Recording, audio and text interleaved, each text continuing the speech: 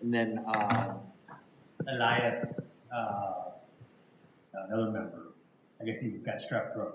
So he's like, okay, I don't want to expose.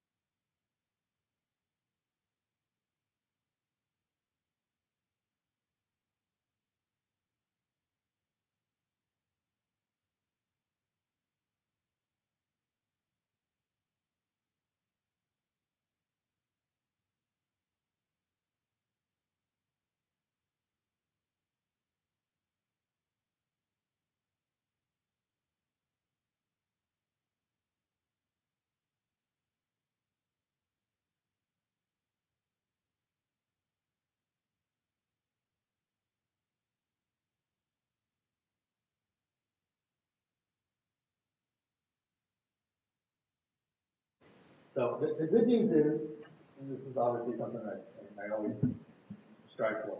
The good news here is the general fund budget has a $695,000 surplus. So we're going to bring in more revenue than we're going to spend. So I'm very happy about that. And this is my third budget here at Montebello. So the first year we adopted a general fund budget with $20,000 surplus. 21-22 is a $300,000 surplus. So now we're looking at almost a $700,000 surplus. So as we do this, it gets easier and easier to kind of figure out where money being spent, how much revenue we're going to get. So a surplus of $700,000. Yeah, I'm very happy. And that's just the general fund. So the next slide, that shows everything. So when you look at the budget for next year, we're looking at bringing in $203 million and spending about $184 million. So kind of put that in perspective, Montebello is a $184 million organization. That's what it's going to, $184 million is going to take for police, fire. Yeah? Yeah. Yeah. Oh, yeah, sorry. Okay, yeah, I'm good. Yeah, thanks. Thank you. IT. I know, IT's on. $184 million police, fire, like our MCAP program, redevelopment block grant, grant money for police. So I mean, $184 million encompasses our transit operations. So the $184 million is everything. So if anybody asks, hey, how big is Montebello? Well, it's a $184 million operation. That's what it takes to run this place. And then the next slide is full-time positions by department. So the adopted budget for fiscal year 22-23, 535 full-time positions. And that's just full-time. Obviously, we have a bunch of part-timers. All our Parks and Rec folks have been part-time in public works. But these are all our full-time folks. Firefighters, police officers, bus drivers, maintenance workers, all the behind-the-scenes work that gets done. So you'll see there's an increase of 43 positions. We're increasing transit by 30. So right now, transit is having a hard time hiring bus operators. So they're adding, so if you guys want to have a second job, bus operators, apparently, they're hiring. I think that's the problem everywhere. A lot of them are having issues hiring. Everybody, yeah. And for whatever reason, yeah, a bus operators, like every agency around here is trying to hire a bus operator. So they're adding 30 just to try and get enough that they can run the routes that they have now. So Under the police department, that 102 yes, personnel, right? yes, That includes all police officers, maybe around police here. yeah. The 102 includes everybody, sworn and non-sworn. There's the sworn officers and then the Sworn and non-sworn. administration. Let me get the detail. So, for example, in police, you have, on the sworn side, you have 74. 74. And that's officers, corporals, sergeants, lieutenants, captains, right?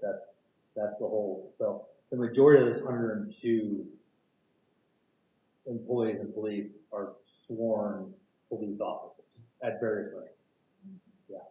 And then the rest is, we have dispatchers, records clerks, support staff like analysts, and what else do we have? We're adding a crime analyst. But yeah, the majority of the 102 in police is sworn officers, but boots on the ground. Yeah.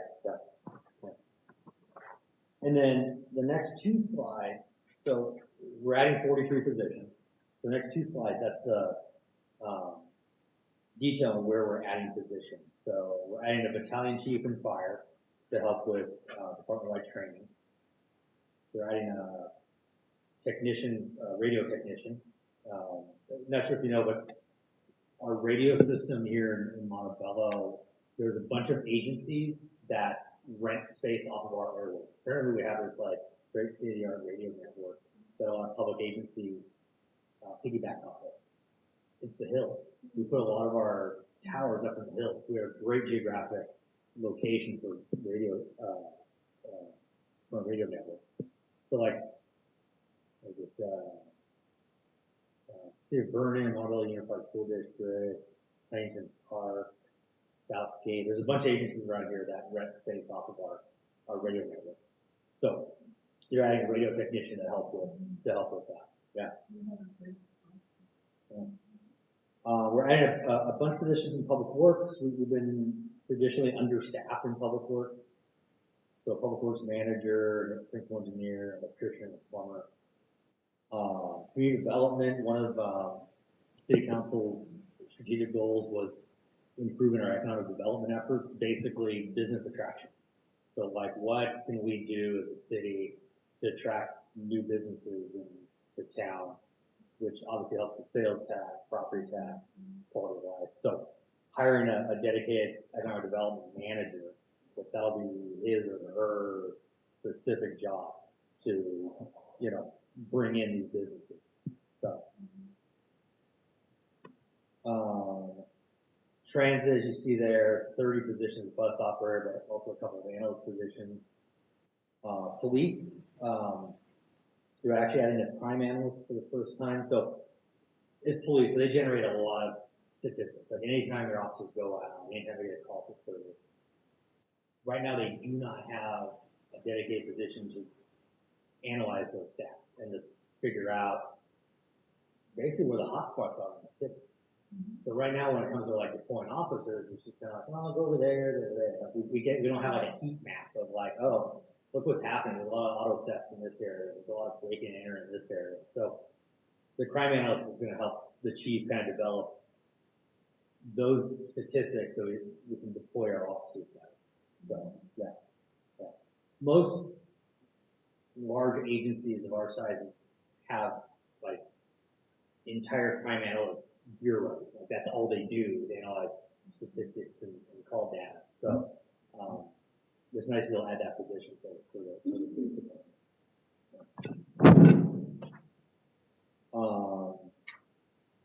And then next page. So one of the things we've been doing over the years is doing a lot of one-time budget additions for departments. The last couple of years has been fire. Fire's gotten a lot of additional funding for additional turnout, replacing hoses, ladders, defibrillators, a bunch of equipment needs to be replaced. But so we're still doing some funding of fire in this budget, but we'll see a lot of that supplemental funding in public works. We're buying new vehicles. Police, we're getting new vehicles. Parks and recreation, new vehicles. So,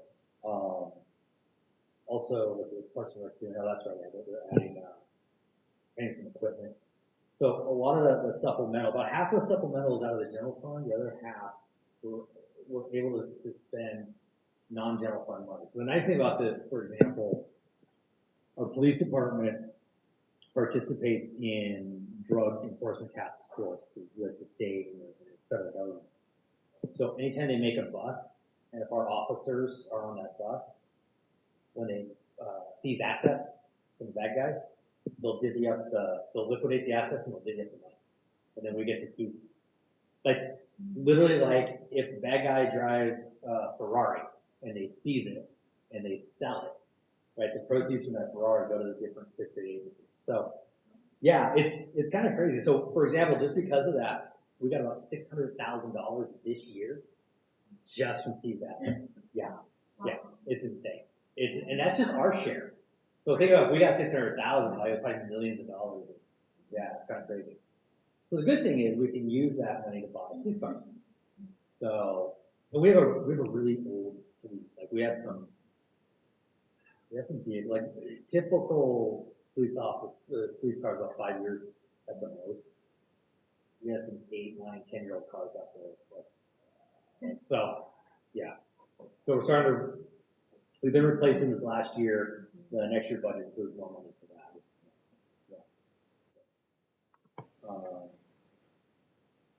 Let's see. Let's go. We'll go a couple slides. Go to the couple slides of the pie chart that says general fund revenue pie chart.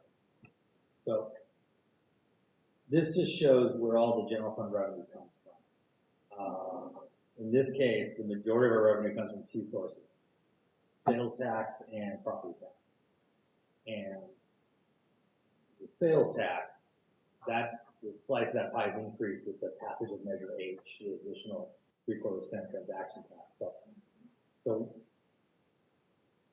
in some way, this is when, like a couple years ago with the pandemic, that's why our revenues dipped a couple of years ago, because we're closing restaurants and stores, nobody's going out, and sales tax is shrinked. So it's, yeah. On the sales tax, it looks pretty good for the city, is that correct? Yeah. I mean, you're projecting an increase over from now until next year. Yes, actually here, do this, flip to the next slide, and we get a little more detail. Flip to the next slide, after the pie. So, projecting budget to budget about a $5 million, about a $4.5 million increase in sales tax. And you'll see the majority of that increase, about $2.2 million increase, comes from Measure H. So Measure H, this next year's budget will only be the third year that we're collecting it. So it gets easier and easier to update forecasts as we get more and more data. So that $9 million is just transformative. It's transformative. Very healthy increase. Very healthy increase. And if you look at that one slide, look at the bottom of that slide. What's important to note is a lot of the supplemental requests that I was talking about, additional fire, police equipment, the majority of the supplemental budget items the last 3 budget years have been committed to fire and police. So even though Measure H is general fund revenue, it's the majority of the revenue has been committed to helping fire and police get better equipment, hire new personnel, basically just kind of improve their overall operations. So Measure H is in and of itself, it's not devoted to public safety, but it's allowed us to spend a lot of money on public safety. So yeah, more than half of the supplemental spending, which would not have been possible without Measure H, supports fire and police. That's a good thing. Yeah. And then we'll go to the next slide, the expenditures. So again, general fund. Just really quick, going back to the sales tax detail. Yeah. So we also get sales tax from the Monterey Yes. marketplace, where the Costco, the new Costco located. Yes. So actually, thank you. The city entered into a sales tax sharing agreement with Monterey Park. So when the Monterey Park marketplace got built, we get, for 5 years, we get 50% of the sales tax generated by Costco, which right now with gas prices there, it's good and it's bad, right? If you drive a car, that sucks, but since we're getting revenue from it, it's awesome. But we also get 18% of the sales tax from all the other businesses there at the marketplace. There's no sunset on it. So the 50% falls off after 5 years, but it doesn't go to zero, it goes 18%. So for the life of that shopping center, the city of Montebello will get 18% of the sales tax, which would be nice. Yeah. I know I got some right. I'm like, is that right? Well, that's the thing. I mean, I know a bunch of my staff will just go up to the Costco there. And just, So for now, right, half of what you spend at that Costco ends up back here, which is cool. Yeah. And I know that in-and-out lines are always long. 18% of that comes our way. Yeah. Where does the 5-year term end? Is that kind of? It is. It's 24, 25. Yeah. So we're in the 22, 20. So we have 2 more years, 2 more budget years of that 50%. Yeah. I'm sorry. Yeah. Can I ask, Parks and Recs, I noticed that there's a drop of expenditure. That was From 5 million to 3 million. yes. So. Do you have an explanation? I do. So what we did with this budget, and I mentioned with the supplementals, we're throwing some extra money and extra resources for public works. So what we're doing with this budget is typically public works oversee parks and facilities maintenance. Up until this budget year, parks and facilities maintenance were in parks and recreation. So what the drop in parks and recreation is because we're taking parks and facilities operations from parks and giving it to public works. That's why you see a drop. It's not really investments, just different department, okay. We're just shifting. So then you'll see an increase in public works. Because parks and facilities are being moved to public works? Yes, yes. And that's, when you look at public works operations in other cities, that's typical. Right? Public works they'll do street maintenance, facility maintenance, park and landscape maintenance. That's like a public works thing. So it's basically just realigning operations that make more sense. And then our building and safety division went from community development also to public works, which is building safety tends to be more engineering heavy, hence why it's under public works. So you'll see some changes in different departments. The biggest change is those three operations moving to public works, making it more of a traditional department. Yeah. And then the next slide just kind of shows it's a pie chart of the expenses, and you'll see the two biggest pieces of that are police and fire. So no surprise, we're a full service city. Police and fire, public safety, extremely important to our residents, and that's what the funding is. Non-departmental would be admin. So finance, non-departmental. So part of the finance budget, it's my budget. The non-departmental is about a little over $1 million is retiree medical payments. So employees who retire from here are entitled to a dollar amount every month, depending on how long they employ, to offset their health benefits of retirees. So that gets, it's not for a particular department, it's just so we bump under non-departmental. Right. That's the biggest thing. We do have a specific item for the retirees, right? Yes. And this is just an extra? No, that is the budget amount. Yeah, because it's very expensive. About $1 million. It's about $1 million. Okay. Yeah. There's some other, like, I'm trying to think what else is in there. There's some other expenses like that, which don't really fall. They're not a traditional department, so we just lump them in non-departmental. And then, as a finance director, I manage that as well. So that's why I do finance / non-departmental. It kind of shows what my budget is. And then next slide, just kind of focusing on transit. Again, the reason I call it transit is, yeah, it's very interesting. it is. It's the largest operation in the city by dollar. So, you know. I'm glad you included it because it's very important. It is. It's very important. It's not part of the general fund. So like when I'm showing the pies and things that show the different departments, it's not a general fund. Transit, yeah. So obviously they charge fares, so that it gets income from there, but they get a lot of state and federal money. So the transit fund is its own separate entity that's outside the general fund, and looking at a $35 million operation for next year.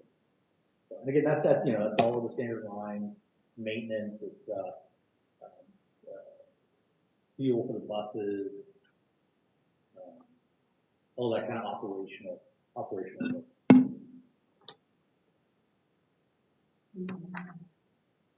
Metro station, over that. Oh, yeah. So,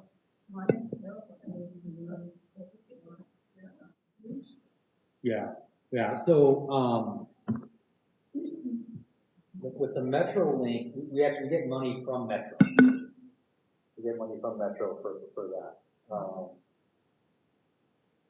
That's all. Oh, that's that one. Right, sorry about that. Okay, that Metrolink station, the drop there is, Ridership?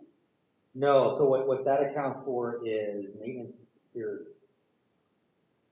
So we shifted some of the maintenance and security to, different divisions. So that's why you see that drop in the budget there.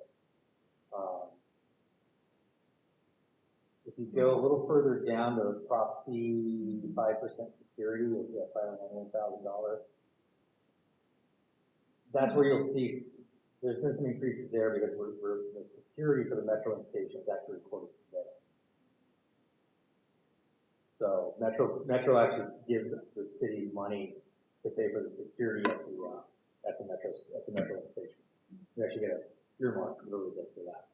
You want to hurt the department? You want to hurt the department in any way, that's all? No, not at all. No, not at all. Yeah. No, and transit actually, quite the contrary. Transit is getting a lot of one-time money through the federal COVID money that's been provided the last couple of years. A lot of money goes right to transit operations. So Now, this money is federal money, correct? it's a mix. It's a mix of federal, state, and then Metro, local, LA County Metro. So it's all three. Mm-hmm. Yeah. Transit operations wouldn't function without subsidy.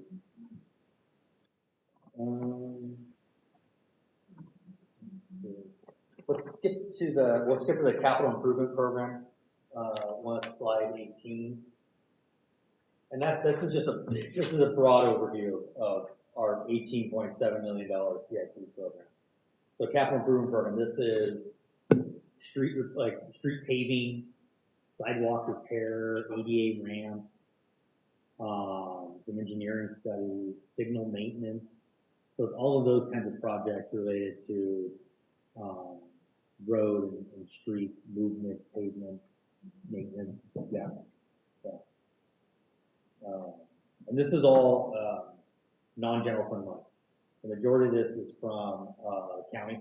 We get Metro money. So a portion of the sales tax that we pay ends up flowing back to all the cities in LA County, but Montebello gets a share of that Metro transportation sales tax.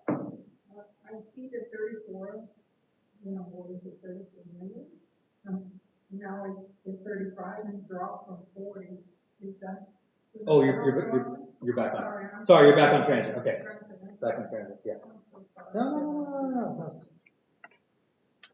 So the big drop there.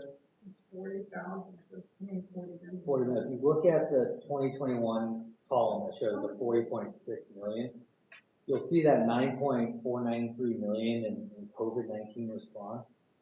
That's why so that's why you see that big increase from 40. And then, I mean, if you take away that 9 million, it's actually been increasing. If you think about 9 million, it's really 31 million. And then it goes to 34, and then it goes to 35. Right. That 9 million is part of that COVID money. Mm-hmm. That it's one time. So the federal government gave transit agencies, basically they're giving them COVID money because they knew that ridership just dropped, right? Like we had to suspend operations, people weren't going to work, so there was no reason to ride the bus. So the federal government gave transit agencies this one-time money to say, hey, we're going to keep you afloat. So that's where that 9.5 million is from. This has nothing to do with the 16 million that you wanted, right? This is an addition to. Yes, it's in addition to it. Exactly. Yes. This is just for transit operations. Yep. Thank you. Yeah, no, good question. Very good question. And then I'll skip over to the Hilton Garden Inn slide. So the city owns 2 hotels. So the Hilton Garden Inn and Home 2 Suites at the Village Golf Course. And then we have a third-party management company.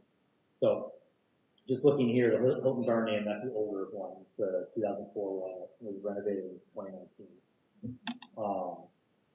Looking to have a $360,000 surplus. Yeah, slide 19. And then the next slide, look at slide 20, the Home 2 Suites, that's the newer one that just opened in 2018. Look at a $2.8 million surplus. So, I'm sorry, just when we come Yeah. back to slide, our presentation. Yeah. With the proposed budget, is there a reason why it's a lot lower? The proposal is a lot lower than, for example,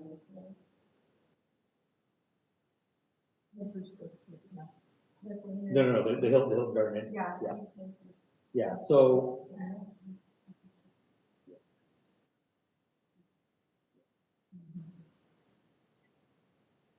so, when the 21-22 budget was adopted, there were some assumptions on the revenue side that their occupancy rate would get back to pre-COVID. Quite hasn't gotten there. So the revenue assumptions for this year are lower. That's why you see the difference between the 1.3 and the 360,000, 1.3 million.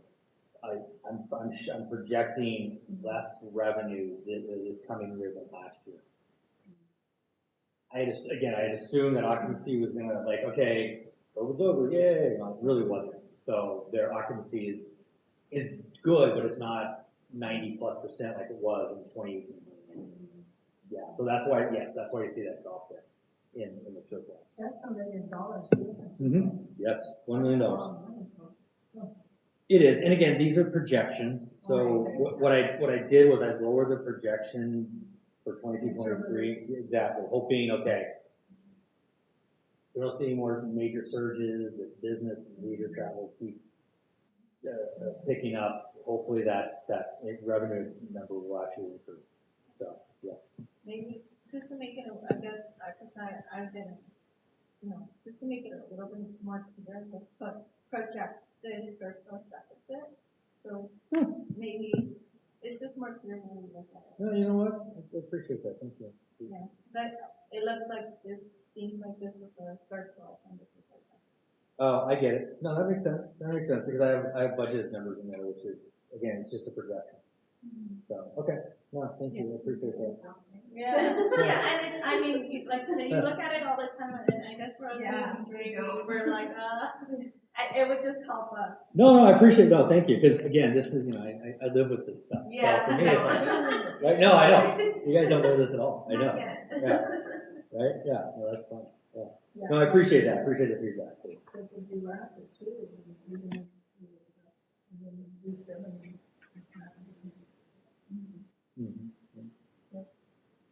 But they're doing okay, are they? They are. They're doing fine. And the Hill Garden. The nice thing about the Hill Garden Inn, they got renovated, so they reopened last year. Really renovated after being closed for 6 months. The Hill Garden Inn depends a lot on leisure travel. So leisure travel has come back more slowly than business travel. The Home 2 Suites is doing better because they rely a lot on longer term business travel stays. A lot of that's returned.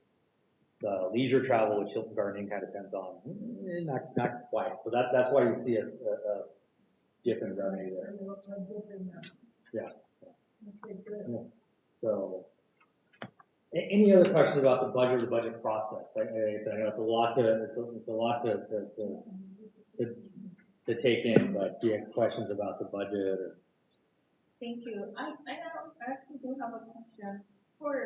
I don't see anything on Metro Heights. How does that, affect our budget or will impact our budget? Very good question. Very good question. So, the properties that are being built. Okay, so the way, obviously they're gonna add sales tax, their property tax. They're gonna add property tax to our budget. The way assessments work is the county assesses properties once a year, January 1. Right, so whatever your property, what they think your property is worth on January 1, that's what ends up on the tax roll for the following year. So January 1, 2022 dictates the revenue, the values, dictates the revenue for fiscal year 22-23. So as of January 1st, 2022, I don't even think the model homes were finished. Right, so at that point it's zero. So by January 1, 2023, there will be some houses up there. So, I didn't put any, obviously, I didn't put anything in the 22-23 budget. By the time this time next year, depending on how many houses are actually built and how many get sold, I'll add some additional property tax revenue in the 23-24 budget. But just to put it in perspective, so I think it's what, 1,300 homes are gonna build up there, some single family and some condos. So, you have to remember that if it's $1 million house, first of all, the property tax is 1%. So now we're down to $100,000 sorry, $10,000 in property tax on $1 million, $10,000. Out of that $10,000, we only get 9 cents of it, right? 9 cents, yeah. Right. Right, so out of every property tax dollar that you pay, the city of Montebello only gets 9 cents out of that $1. The majority of that revenue goes towards the county of LA. Montebello Unified Community College District,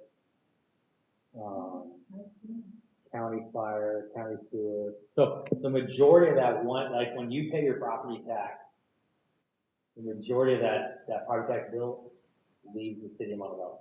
We only get to keep 9 cents out of every dollar. So these new homes, the new development, they're looking at 1.7, 1.8 million dollars. So we should That's be crazy. able to run as many homes as they're looking at 1,200 homes. Right. So that would be a nice chunk of money, but when is that gonna be? Do you have any idea when you could project that? 2 more years. 2 years? 2 more years.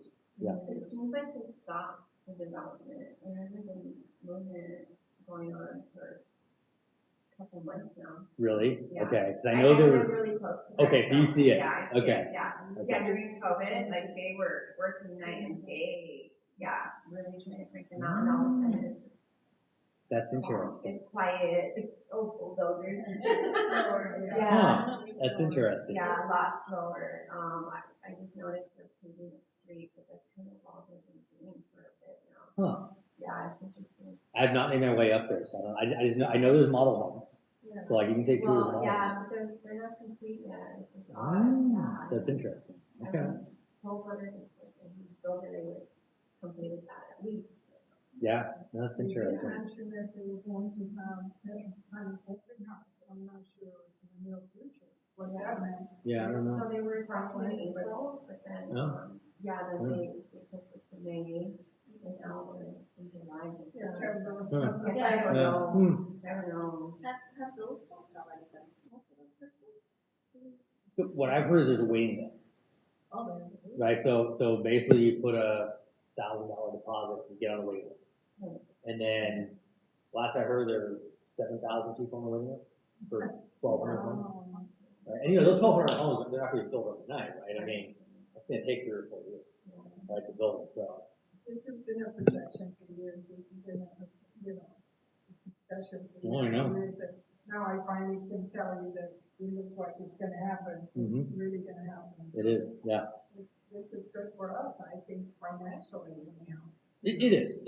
And we'll, like I said, we'll see the positive impact on the property tax in a couple of years. Then obviously, and this is good and bad. So you bring more people in, which obviously impacts roads and things, but now you have more people in town buying things in town. Purchasing power. Exactly. Yeah, So- we're getting more businesses. Yeah, we will. Yeah. Not very many. I know. Across the street. Yeah, I know. Well, and that's part of it too, right? You bring in more people and they have different needs and different demands. So maybe like, The old Costco, right? exactly, right? I mean, you know, that weird little shopping center where the old Costco is down there, like, you know, yeah. Gonna be great. Financially, yes, it makes sense, right, but we're looking, if, at least most of the people who live in Montebello will be able to purchase that house. And that's, so, right, that's the flip side, right? When you're looking at a You'll be surprised $1.7 million, that yeah. families are buying homes together now. Yeah. Like Yeah. families, your brother, sister, like, I mean, Partners, business partners. Yeah. Yeah. Right? These had a presentation, it was beautiful. It is. Oh, It but yeah. sure is pretty. Oh, yeah, they came to your public safety committee, didn't they? Pardon? Toll Brothers, they came to your public safety committee, Yes. right? Yeah, Yes. yeah. Yeah, that's cool. Yeah, they're an excellent builder, top of the line, candidate, yeah, but 1.7. Yeah. You Yeah. know what you got. I know. And that's the tough part, right? Like, it's easy on one side to say, hey, it's gonna bring property tax, and the other side, you're like, who's gonna be living there? Yeah, No, it's definitely. right, no, I know, exactly, I know, yeah, so. That is, then the increase in sales to the shopping center being just, what, a minute away from that location. You would hope, yeah, yeah. By the way, do we get a lot of money from that shopping center? Yeah. Not really, huh? Not anymore, because what's down there, college junior, Right, the Big Pet- box. Petco, big lots. Yeah, Petco, you know. there's a lot of. Shops in Montebello? Shops in Montebello? Oh, no. Yeah, No, no. There's a whole bunch. Oh. It's not, it's not unusual. Sorry. Yeah. No, so obviously with the old Costco shopping center, obviously the big generator was Costco, but I mean, and there's, the last time I was over there? I was over there a few months ago, because I just want to check out the old Costco, and yeah, like, a lot of empty storefronts, yeah. The only thing that's like, probably is like an AMC, the Applebee's, and then those are the more popular places. And then there's, it's tough, because in the shops in Montebello, obviously there's still some good shops in there, but people's shopping habits have changed, right? I mean, growing up, I go to the mall all the time. I went to the Winter Park Mall, I went to the Cerritos Mall. I mean, I remember when the shops in Montebello first opened. Right, I remember, yeah, like, yeah. My grandparents used to live here in Montebello. Yeah, my grandparents used to live here in Montebello, so I remember, like, you drive to 60 and you're like, what is that? A shop in Montebello. What year was that? Late 80s? Late 80s, early 90s? Yeah, I think it was mid to late 80s. Yeah. Yeah, I think it was in Yeah. And the community actually for a long time tried to stop that. Oh, really? We did not know. Was there community in that, like housing in that? No, yeah. It's not a long time ago, they really stopped it. Then finally, just like the development. I was like, just like Metro Heights, right? Like that far. So, Yeah, that took so long to get approved. Well, it's been 20 years. It changed actually ownership. Too. Yeah, because it wasn't Toll Brothers before. I forget who it was. Yeah. Any other questions about the budget? So there is no information on the revenue that the Montebello comes in, I think? I have it. I just don't have it in here. Oh. So let me follow up with that. The shops. Yeah. Actually, I do have that information when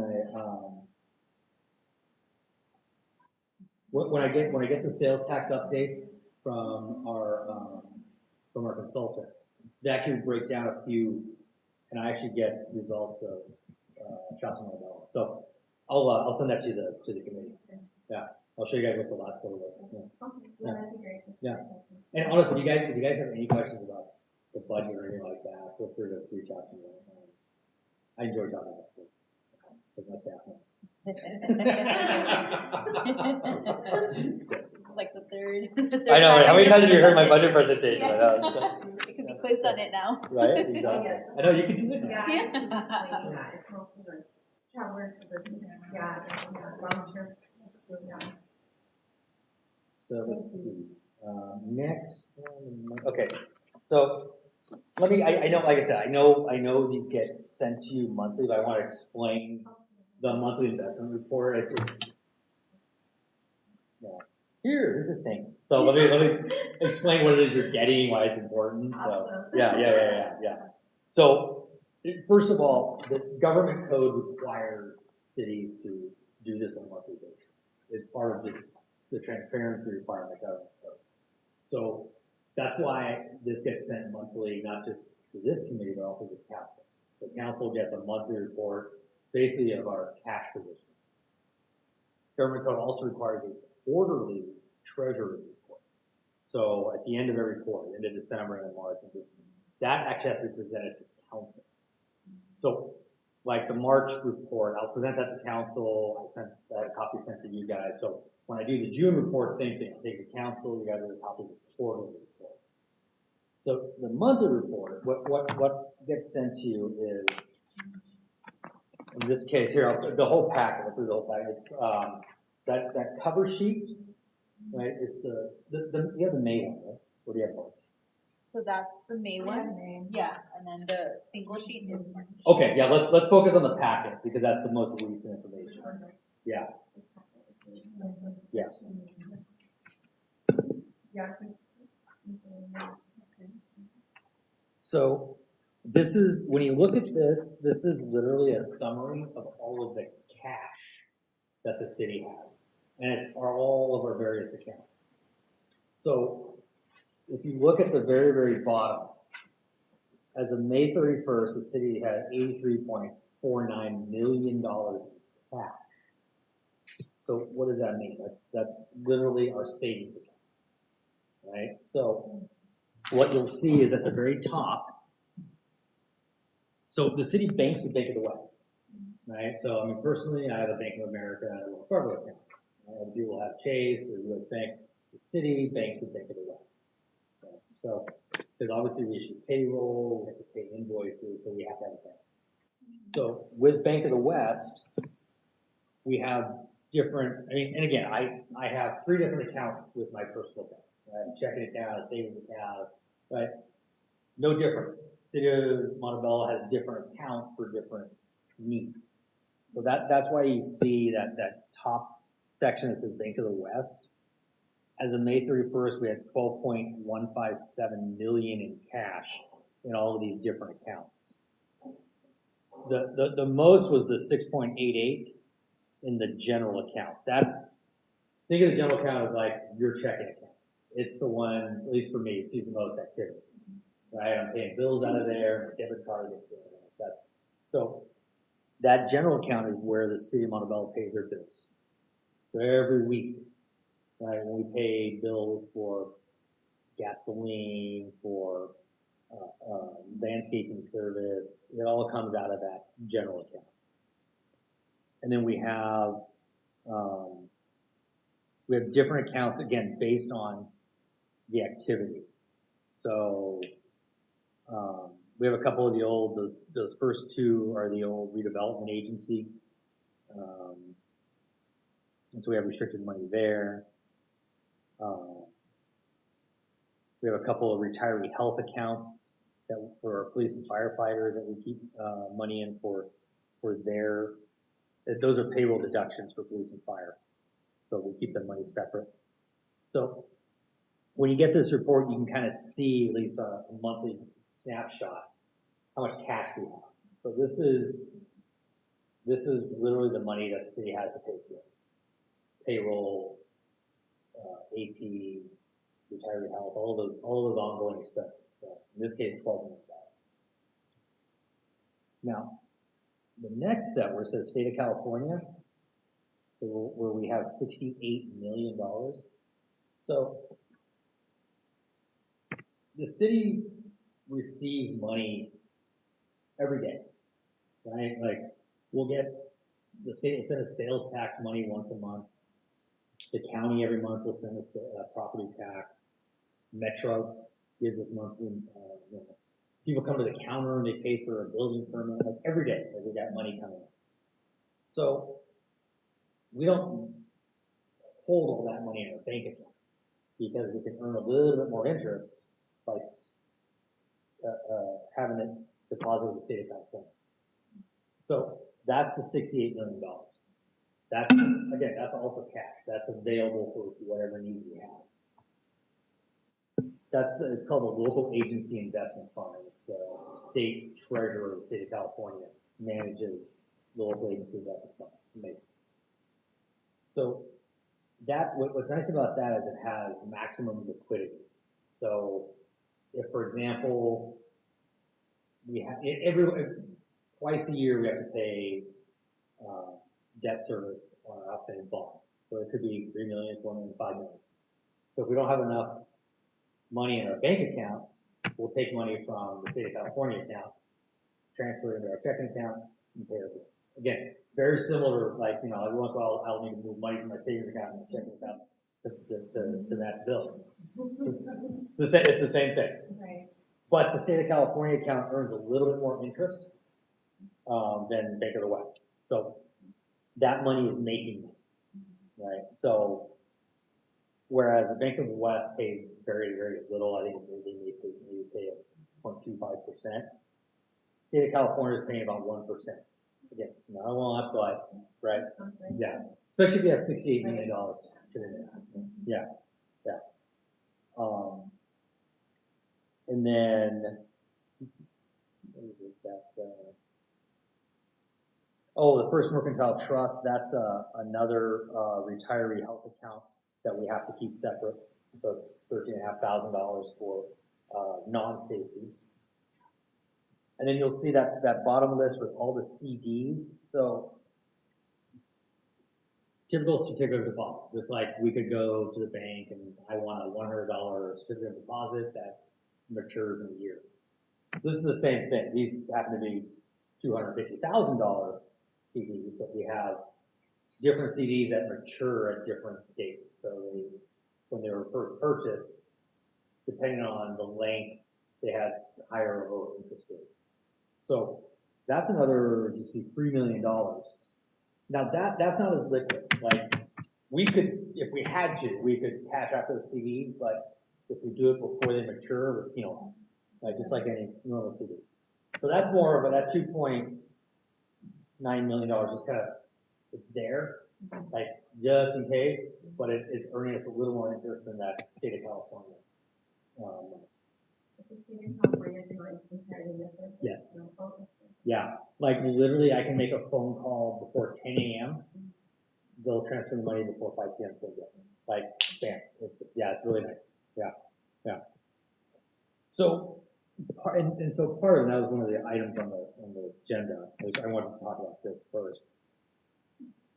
One of the things that I would like to explore and would engage the committee to help with is, okay, we have $68 million in the state of California. There's other ways to invest that money that don't sacrifice the safety, right? So what other cities have done is they brought in third-party financial management companies that will find ways to invest that money safely that maybe make a little bit more interest. So in the coming months, I'll get some more information, share with the committee, and in subsequent meetings we can have discussions about what that means and what kind of choices do we make. So, perfect example, you can bring a third-party management company in that would take, say, $20 million and invest it in U.S. Treasuries or AAA rated corporate bonds or other safe investments. Not as liquid, and I can tell you this, we don't need 68 million. So we could actually probably take $25 million and sock it away in longer term investments. So, and obviously with the state of California, since it's so liquid, you're only ever going to make so much interest. But if you sock away some of that money in a longer term bonds and corporate notes, things like that, you earn a little bit more interest.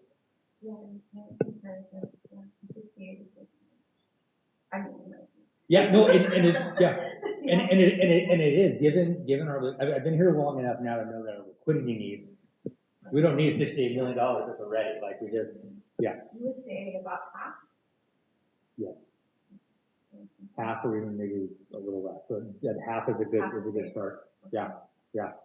Because you have that cushion, that you know, oh no kind of cushion, but you also could sock away, you know, $30-some million in these longer term investments.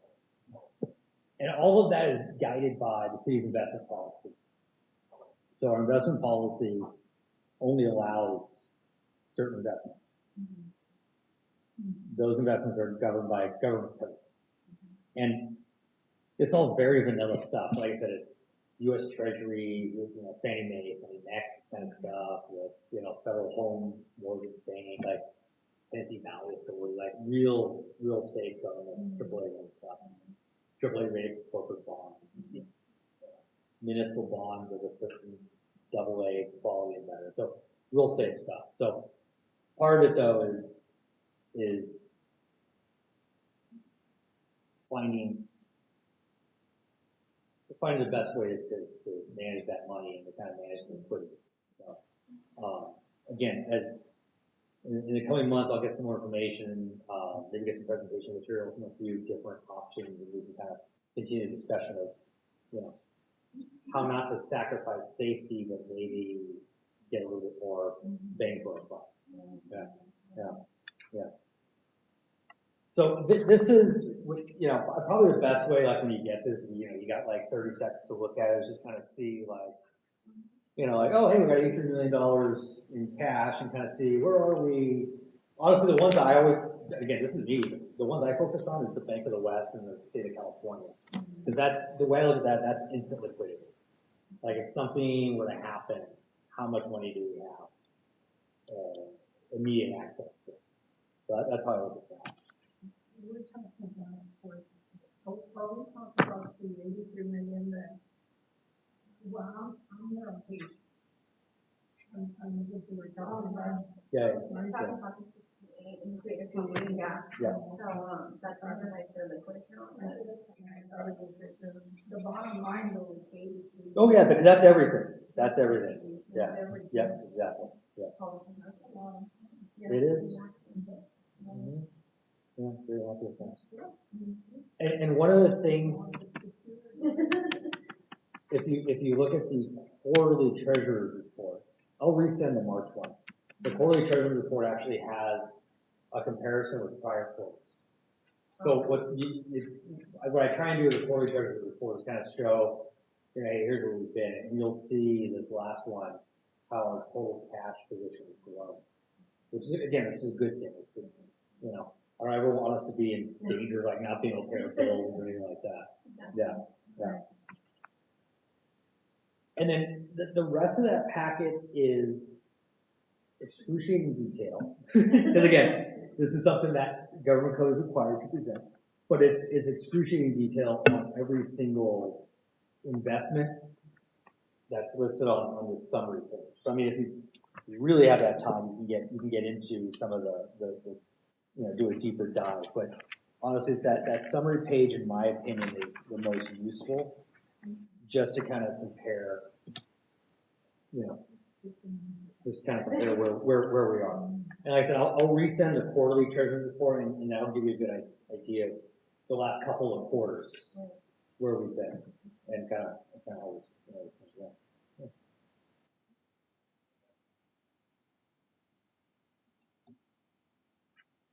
Everything looks sustainable, doesn't it? So, I mean, it looks very well.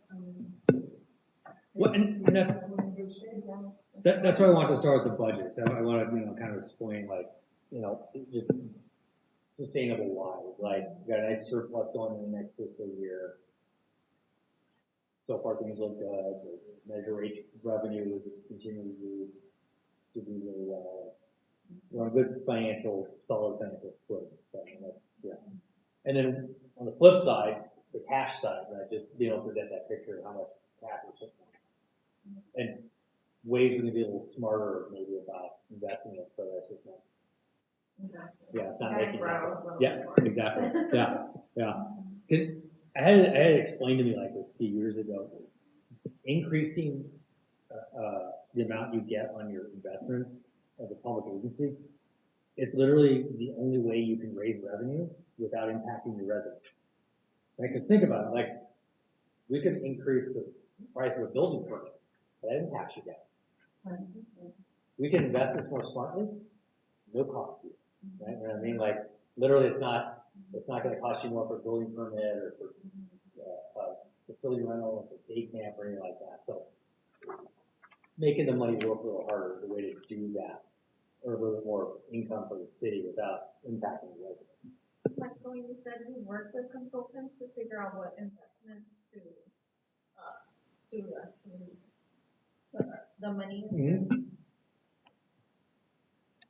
Yeah, so I've worked with, there's a few big companies out there, PFM, Chandler, Meter. Those are kind of the three, like, they'll figure out what the portfolio should look like.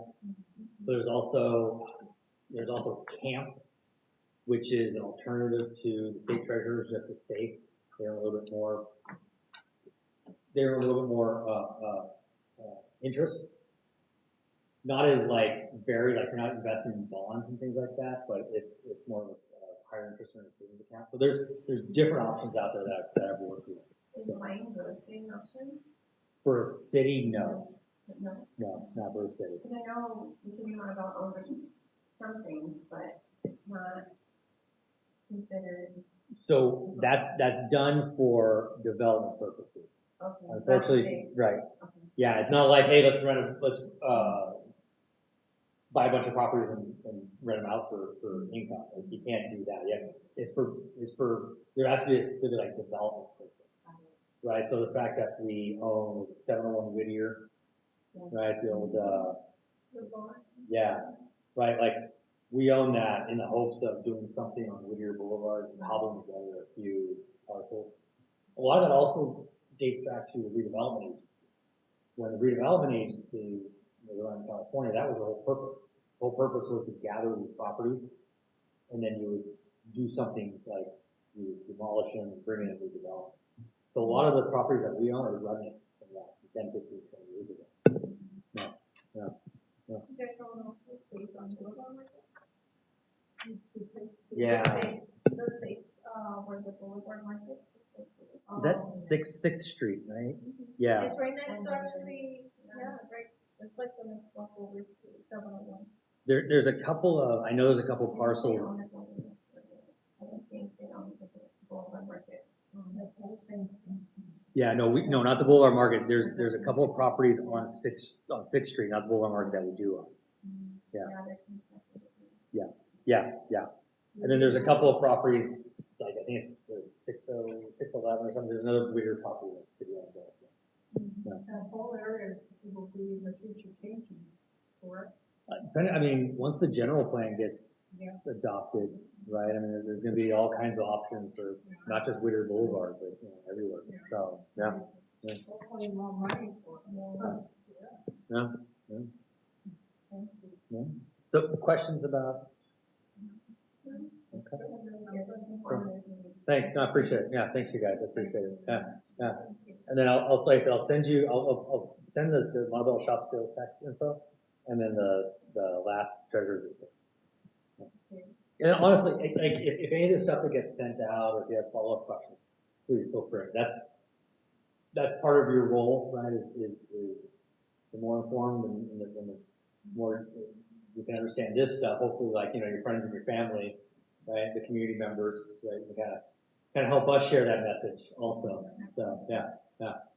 And then did they get copies of this? They can keep their copies. Yeah. Okay. And if you want, Unless your age, just real quick, I didn't see it here, but you did mention that it's doing very well, better than it was projected, if I'm correct. yeah, so original projection was in the $7 million range. For next year, it's over $9 million.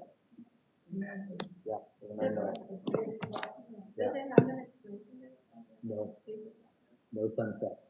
So that's I know. It's a nice thing. And the 695,000, I think you have here as a plus, right? Yes, as a surplus. Is that also considered we have an account balance, right? And then we have reserves. Is this the reserves that you're talking about, the balance that we have of 695,000? So if The reserves are separate? the reserves are separate, so our fund balance is separate. So the city has about almost $8 million in fund balance and reserves in the general fund. So if nothing changes and we ended the year exactly that way, that $695,000 would add to fund balance. So the $8 million would grow by $695,000. Now, that's not going to happen. It's a projection, right? Hopefully we're going to do better, but there's going to be some puts and takes. But that's how you look at it. That surplus, whatever surplus we end the year at, increasing our fund balance. So when we ended last fiscal year, we had an $8 million fund balance in the general fund. We're looking to close the books here soon. Any surplus this year will grow that fund balance, and so on and so forth. Yeah, I think it's just a concern that we have the reserves, we have healthy reserves, you feel better. Yeah. Basically, as a city, because you have those reserves that we never really wanted to touch. Right. That was like emergency fund, right? Mhm. But it's looking good. It is. It's fun. So any surplus in the general fund at the end of the year adds to that, the fund balance. Good Yeah, to know. yeah. Thank you. When is the fiscal year supposed to? Tomorrow, June 30th, tomorrow. Yeah, yeah, Tomorrow, fiscal year. Oh, yeah? yeah, That's right. yeah. Because of the way, so we're in the plus. Yes, yes, yeah. Awesome. And then, so when we try and schedule September, the next meeting, we'll look at, maybe a little later start time and then we can help accommodate. Yeah. Now, I appreciate you guys being flexible. I appreciate, again, you guys are volunteers, you're providing service in Montebello, so anything we can do to help you serve better, that's our job. It's Yeah. working nicely. Good, okay, awesome. Very Cool. nice.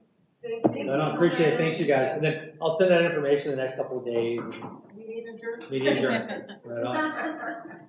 Thank you, ladies. Likewise. I'll see who I can gather for your meeting on July 21st, right? Yes. Okay, Yes. 6:30. Yes. Okay. I'm going on Saturday to see the fireworks, so. Oh, yeah, nice. I just. Okay. Yeah.